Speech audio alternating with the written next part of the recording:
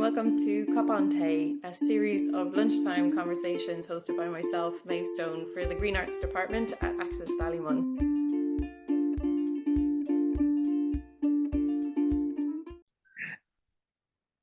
Oh, I suppose we should start with introductions. James, you want to go first? Sure, why not? Thanks. I'm James. I'm a writer, theatre maker, based between Dublin and London. Mostly do eco-focused work. Sometimes perform myself, but work with a company called Bradán Theatre, where we do primarily eco-focused and often like including music kind of type theatre. So gig theatre-y kind of stuff. Just had a show up in Edinburgh and had a show in Dublin Fringe just there, both of which won climate awards, which is pretty crazy. One from the Axis itself. So that was a huge, huge compliment. So that's a little bit about me and my practice, I suppose. What about you, Oisín? Okay, cool. So my name's Oisín McCann, and I'm a writer and illustrator. I write children's books for every age level, really, from first-time reader up to young adult or old adult if you're into it. And I've been a commercial artist for most of my working life. My most recent book is my first non-fiction book, which was a short, hopeful guide to climate change, and it's a basic explainer, but it's also kind of very much aimed at kind of engaging the audience, to make it as interesting and engaging as possible, rather than just kind of delivering facts. And I've been doing school residencies, creative writing residencies on the theme of climate change for years. So Maeve has kind of set us a couple of pieces to talk about. There's both from the Greta Thunberg's climate book, which I haven't read now. I haven't got a copy yet. I'm sure I will be getting one. And the first is just her intro, Greta's intro, and then the second is an article. So do you want to talk about the two together? Like, do you want to kind of react to the two together? Do you have comments about both, or do you want to go one then the other? Yeah, I think chatting about both in kind of the same mix, I think works for me pretty well. Sorry, I just for anyone watching the second essay. So we've got Greta Thunberg's intro, and we've also got People Power by Erica Chenoweth. So that's the other essay we're talking about. It suits me to kind of talk about them both within the mix, if that works for you as well, Oisín. I mean, did you have any kind of initial impressions, or what was your sort of buzz? Well, I mean, it was nice to read Greta's intro, actually, because I think on one hand she's like an iconic figure, and she's I always think whenever we're talking about any kind of communication with climate change, we kind of have to tailor the message to the audience. And I think Greta was a great character to send up against kind of people in power, because because of her story, because she was a 14-year-old who basically stood outside the Swedish Parliament and pull them up on their record on dealing with climate change. So the intro is kind of it feels kind of well-rounded. I think a lot of the stuff that she's shown, where you see videos of her or in the news or at events, and she's often sounds very negative, and I think they kind of hype that up, whereas the intro is kind of a nice piece. It's more circumspect. Now she does kind of make the point that you just need to tell people the facts, and that's my take on this has always been that you can't just rely on facts. People need to engage on an emotional level, and she kind of makes the point that they had 7.5 million people within a year of the Fridays for Future starting in 180 countries, and she says it was just from telling the facts. But actually, I kind of think in saying that she's overlooking the fact that it was her story overall that kind of was inspiring people. It wasn't just the fact that she, from her point of view, she was stating facts, but from the world's point of view, this was a 14-year-old standing in front of the Parliament with a sign every day and being interviewed and speaking articulately, including in English in her second language, and also speaking as somebody who's neurodivergent. So there was a story that kind of made it inspiring, and she kind of dismisses inspiring people, not dismisses, but she kind of downplays the idea of inspiring people, while overlooking the fact that that was basically what she did. It wasn't just what she said; it was the person who was saying it. And she kind of compares climate change to the pandemic, because again, people were kind of told facts But the pandemic is a much more immediate threat, and it was like we knew people who were dying, we knew people who were getting sick and having a personal experience, and so it wasn't just a rational thing. We need that kind of emotional reaction. But I did like the whole idea of her approaching it and saying that social norms can be changed, because I think that's a major thing, and it's just that we expect a different type of life in society. I think that's going to be a big thing. So that was the intro. I mean, that's and then Erica Chenoweth, who's a professor in Harvard, I think, and the article was about kind of non-violent or civil resistance, which I'm always interested to learn more about. The book I've just finished writing, the novel I've just finished writing, was about the war. It's kind of set during the War of Independence, and I'm really torn as to how much violence was really necessary, because we can't, it's very hard to say, oh, they shouldn't have been violent, when it was obvious that some circumstances drove it. So I'd be interested to hear your thoughts on that, because that's kind of, the idea of kind of, in Ireland, we're still living in the aftermath of a quite a violent period, and that's where our state came from. So yeah. What did you think?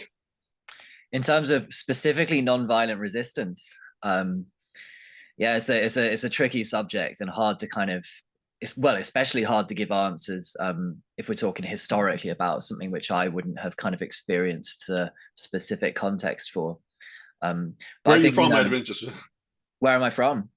Yeah, I grew up in London, and then lived in Dublin for some years. But no, I think if we're talking about questions like colonialism, there's a kind of very active violence that's built in. I suppose when we're talking about climate, there's a slight distinction in that a lot of the violence enacted is passive violence. It's kind of, there's a sort of secondary intermediary before something like extreme weather events, or smog in a city, pollution, airways, that sort of things enacts violence. So I think that's always a distinction I think about, is whether there are humans kind of committing active violence against you that you then kind of have a sort of self-defense kind of built in against, or whether you're kind of dealing with different agents of violence coming in, more systemic violence. But it is difficult, because we never want to find ourselves in a position of advocating for actual violence. That's very, very. I mean, it's interesting.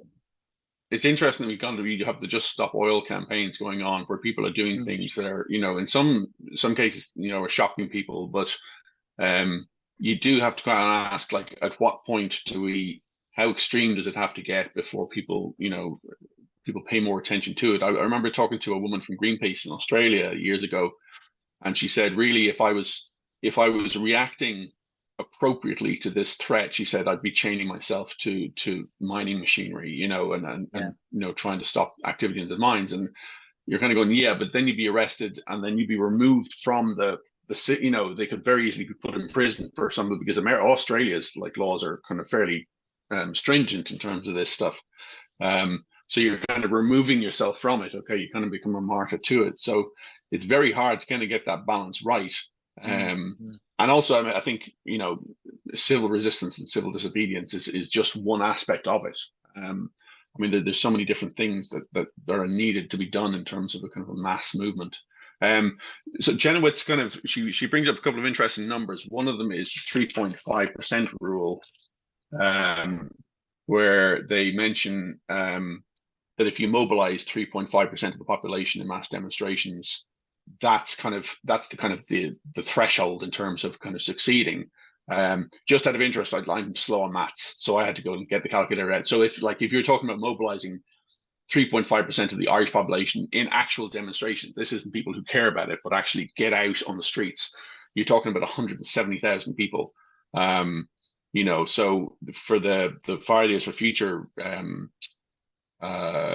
protests, there was 271 million people involved, which seems enormous, but actually that's only a tiny percentage of the world. That's not close to 3.5. So But they also mention that like a committed minority of 25% can be enough to change a regime, can be enough to change a system. Is harder, like it's changing how everything's done can be hard. But in terms of actually changing the governance of a place, the research seems to say like a committed minority of 25% can do it. And that kind of, it does really make me wonder how, how far we are from that. Because I'm sure, I think Ireland in a lot of ways is coming round. I mean, I think a lot of people are concerned and if not active on it. But I wonder if we're that close to, given that I think we need to kind of reduce our emissions by 50% by 2030, which we're not even close, and worldwide the emissions are still going up. So I wonder that those numbers, are they extreme enough? Like, would you even need more just to be able to make that kind of change so quickly? Yeah, it's the element of time that really throws the spanner in the works, isn't it? That's the tough part of it. I did like the sort of the idea of the 1 in 4, the 25%. I found that quite a helpful statistic almost. Now I do see what you're saying with the question of would it be enough, but even for myself, just being able to like picture something, I find it very hard to picture how social change would come about in any kind of meaningful, large scale, systemic way. But hearing something kind of broken down like that, it's easier for me to picture it. Like I can picture just kind of thinking, okay, well, start small, like 25%, that's 1 in 4 of my friends that I need to kind of get into the idea of not just caring, but making active change or kind of calling for active change on the climate. And then if I get like 1 in 4 of my friends, I just have to trust that they're going to pass that on to 1 in 4 of their friends. And suddenly it's like difficult, tough, but suddenly I can kind of begin to picture how the ball might get rolling. And I think narratives like that are really important for us to hold on to.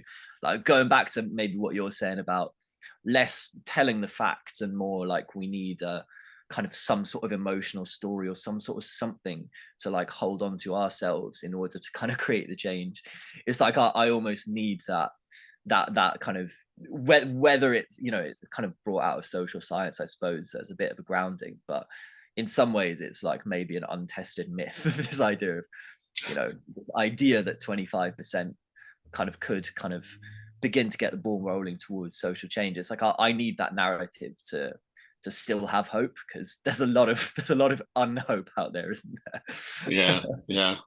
And I think that's where the emotional engagement really comes in, because there's a point where people learn enough about to care about it and get engaged, but then become overwhelmed because it's a massive subject. And I do a lot of work with kids. So like one of the things I'd be saying to people is don't try and do everything, just find one thing that you're already passionate about and think about how that relates to the environment. Because if you start thinking about it, like I get it myself, like you kind of think, am I doing enough of this? Am I doing enough of this? I should be eating less meat, I should be driving less, and where's my recycling? All of this starts to kind of wreck your head after a while, because you can't manage everything. And also in terms of talking to your friends, like you'll know yourself, like people go, oh God, is he going to be talking to climate change again? You kind of, whatever your friends are at this point, they know, so I think at the same time, I do think there's progress. I do think there's momentum. Greta actually uses a good line. Where was it? We are winning, we're just not winning fast enough. And I kind of liked that. I liked that she was positive with that.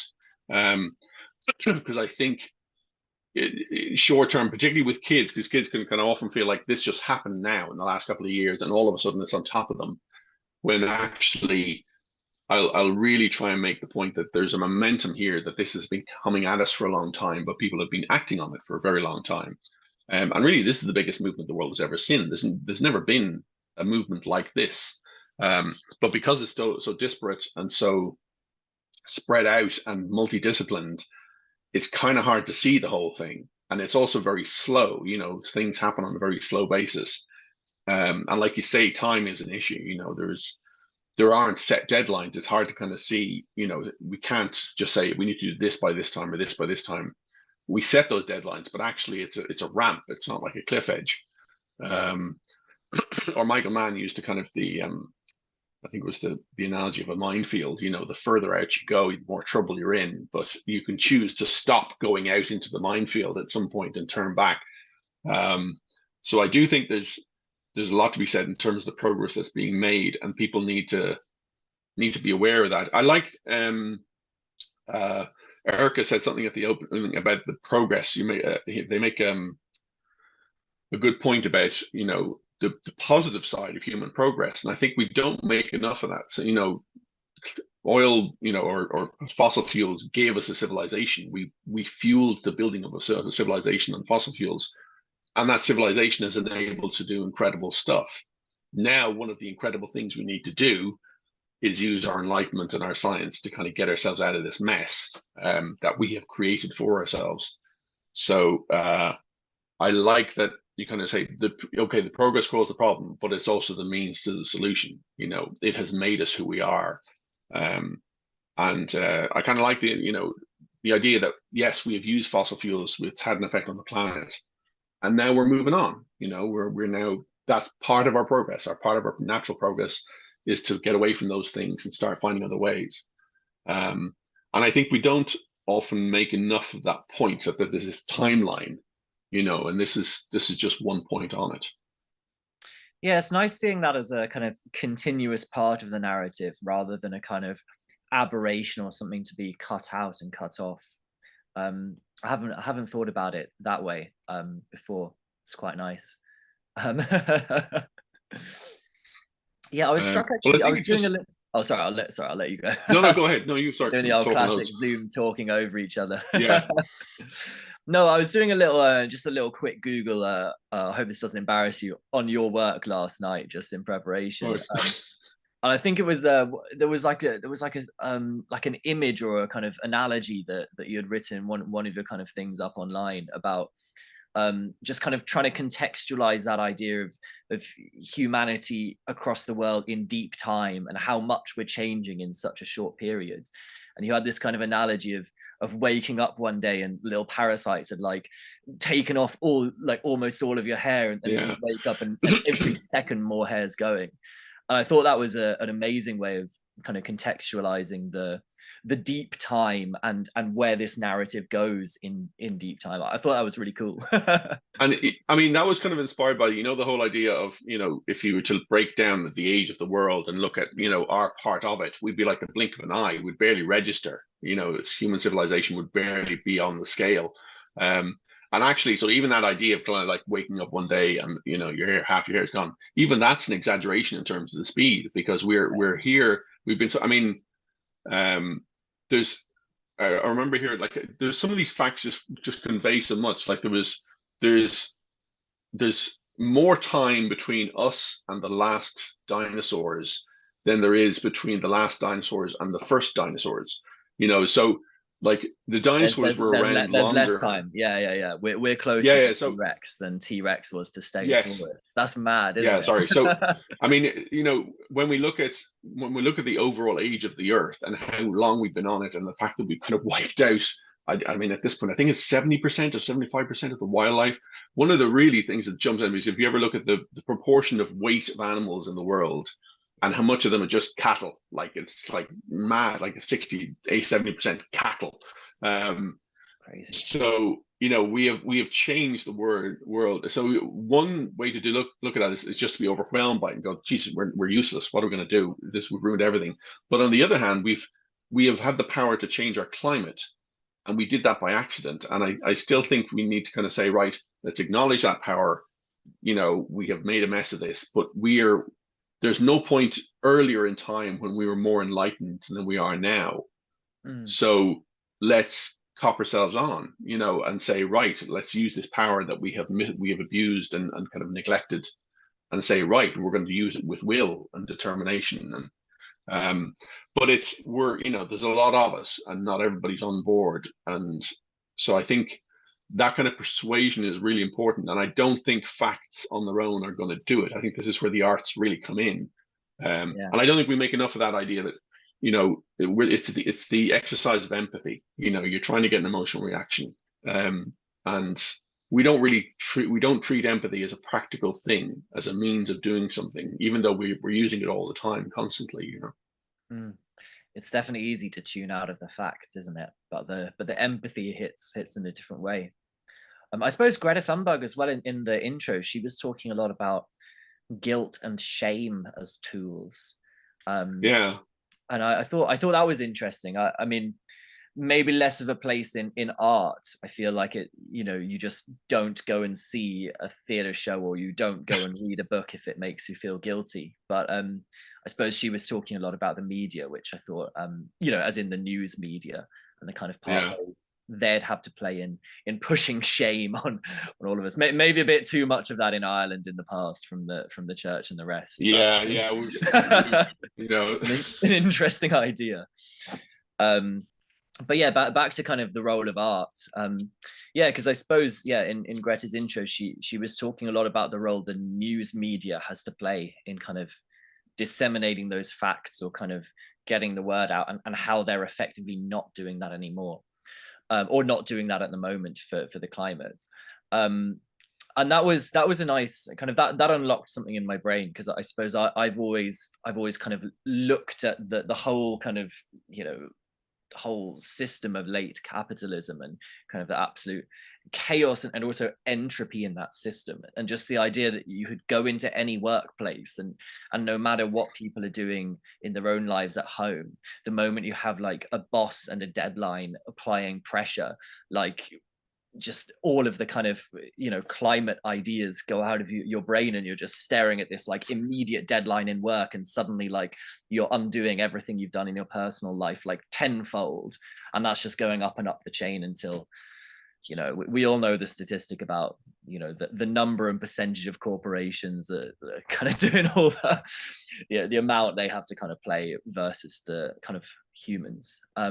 And I've always wondered, like, how on earth can we amplify our voices to reach them, no matter like what we're doing in our personal lives, or what we're doing in our country, when it's like multinational corporations that are really kind of creating this problem for us and perpetuating it. So I suppose we've got two ideas coming through from Greta, with the kind of, I don't know, somehow we kind of try and get the news media on board, or we've got the one from Erica Chenoweth of kind of non-violent civil resistance. I assume the two work together, but yeah, just reflecting a little bit on the kind of paths forwards that we're being presented. I don't know if you I mean, talk for a little bit, but well, I mean, the individual actions, I've become less convinced by the argument for those over time. Now, I still think it's a mindset. It's like a mindset we all have to get into in terms of being aware of our effect on the planet. And that's when I do my sessions for kids, that's very much kind of the thrust of it, is making sure that we're not separate from nature. You know, being human is not an unnatural thing. Like, I'm talking to you on a computer, but that computer was entirely made from pieces of the earth, you know. I'm sitting here immersed in air and breathing it as I speak. So and George Monbiot had a good phrase for it, was, I think it was micro consumerist bullshit. It's the idea that we all just need to be convinced. And now at the same time, he's telling you to buy less, but he's telling you, like, you buying less is not the thing that's going to make the difference. The thing that's going to make the difference is you know, not letting Exxon, you know, get away with, you know, huge subsidies and health effects and the effect on the planet. So you know, if we don't sweat the big stuff, the small stuff's not really going to matter. I do think, I really do think, you know, this whole idea in the news of there being one message is going to work for everybody, it just doesn't make sense. I mean, I certainly wouldn't use guilt or shame when I'm talking to kids. I think that's completely counterproductive. I think it might be good for somebody in power. We just got our 5-minute warning. It might be good for somebody in power, and that's where I think Greta was like the most powerful, was because you'd a 14-year-old talking to national leaders, you know, or the G7, and that was powerful. That was compelling, and it was compelling not just because she was stating facts, but because of her and her story. But I do think you really have to tailor the message to the audience. And I think, you know, in the same way that, you know, if you're writing a play or some kind of performance, or if you're writing a book, on one hand, we kind of say, yeah, but we want everybody to read it, or we want everybody to watch it. But on the other hand, you're conscious of, well, not everybody's going to watch this. So who we have in mind when we create this piece of art? So we've got some image of our audience in our head. And so, if you're writing for kids, you certainly kind of say, well, if I'm writing for something that's going to be suitable for 10-year-olds, I can't write with 5-year-olds in mind. They're not going to grasp the concepts. Or if I'm writing something for younger kids, I've got to be aware that it may not appeal to older ones. And the same goes for if you're writing on a particular subject. If you're kind of writing on the environment and you're trying to reach people who aren't interested in the environment, you kind of say, well, how do I get them interested? How do I make it relevant to them? And I think that's a really kind of key thing in terms of creating any kind of message or communication. We've nearly got a ton of wrap up. So is there anything particular you wanted to kind of bring up, or that you thought was even a good point to finish on? Or as a last thought, I'd love to hear just a couple minutes extra on, I suppose you do a lot of work with kids, and they are, as much as I'm 28, like I'm the climate crisis will be here by the time I'm kind of 60, but kids, like, it'll be here by the time they're kind of 35, 40, I don't know. Just wondering, any kind of interesting insights. How are the kids doing? How are things for the kids? How are they dealing with it? Not great. I mean, some stuff goes over their heads, but it can be easy to forget how much they pick up, and how much they're picking up from around them that you're not actually being said to them, but they're hearing, the stuff on the news. I remember growing up, and we had constant news of violence in Northern Ireland when I was growing up, and one part of it, you kind of, unless it was something that happened near you. I lived in Drogheda at the time, and Drogheda was kind of a rat town. Like we had people who kind of were supporters of the IRA, but not much happened there in terms of, there was a couple of murders, but you'd hear it in the distance. And for kids, I think that a lot of the same, it's in their environment, they're hearing it, and they're seeing it, they're kind of working on projects. And I think for some, anxiety is going to be is already a major issue. And when I was working on the book, one of the things, I talked to a group of teenagers from Fridays for Future, and one of the things they said that was really helpful, in fact, the most helpful thing, was just working with other people, getting together and doing something, and it didn't have to be a major effort, but it involved kind of sharing and letting other people take some pressure off you, and being active in some way. But I'm really conscious of that we're not presenting a clear enough path for them, that they don't feel like we've. And also, I really, there's a lot of people who really know their stuff and are very doom and gloom, and I think that's dangerous. I think it demotivates. But I think, like, I could talk fill a whole of the segment on this. It's a massive subject. I think it's and they're also, it's a huge subject to get your head around. It's very hard to educate yourself in it. So even the ones that are really passionate can only kind of grasp a certain amount of it. You can spend your whole life studying just one aspect of climate change, and people do. So getting your head around the whole thing is really, really tough, particularly when you're young, and you don't even know what to look for in terms of learning about it. But I do have hope. I do think, you kind of maybe reach the point where we'll be an utter crisis before we really do change. But I have to hold on to the hope that we will. Yeah. It's just that idea that, I mean, us in the Western world, we're going to feel it last. It's everyone else who feels it before the people who are actually doing it finally have to change. And even then, billionaires who can escape to somewhere where the climate's better are going to feel it after we do. And that's scary. Sorry, we were almost ending on a note of hope. Sorry, I've ruined this. No, I mean, I think it is going to affect our very civilization, and I would hope that if we come out of it, that humankind will be better from it. But I think the cost is going to be enormous, and we can only hope that something will be. I just, it's very hard to kind of not be overwhelmed by the effects that are already happening, and the people who are already affected. So, but I think you can only kind of say, like, I just, the same thing I say to everybody is like, find the thing that you do that you're passionate about, and see if you can kind of make something, focus on one thing and then work from there, because it's overwhelming otherwise. you know. So I write books, so I write about this stuff, you know. I talk about it online, I go to talks and give talks to kids, but I think we can only kind of take on a certain amount before it becomes too much, you know. And hopefully once you have enough people doing enough, like each one, that becomes a big enough effect, you know. Yeah, that 3.5% of the population, or the 25%. Actually, I was just Googling, sorry, we should wrap up, but I was just Googling a couple of statistics there, and just bit of, you know, maybe they're not quite the same thing, but I was just looking up how many people, you know, turned up for the water charges protests back in the day. And kind of most of the kind of news outlets were putting them at kind of 90,000 or 100,000 for the biggest demonstrations. Of course, these were happening at different places around the country. But I suppose just circling that back to you sort of doing the maths on the 3.5% is 170,000 in Ireland. Looks like possibly we could do something with less, which I think is encouraging. So that might be that might be a note to wrap up on. I think we're just about at our time. Interesting chat though. It's great getting to meet you. No, it was really interesting. Thank you.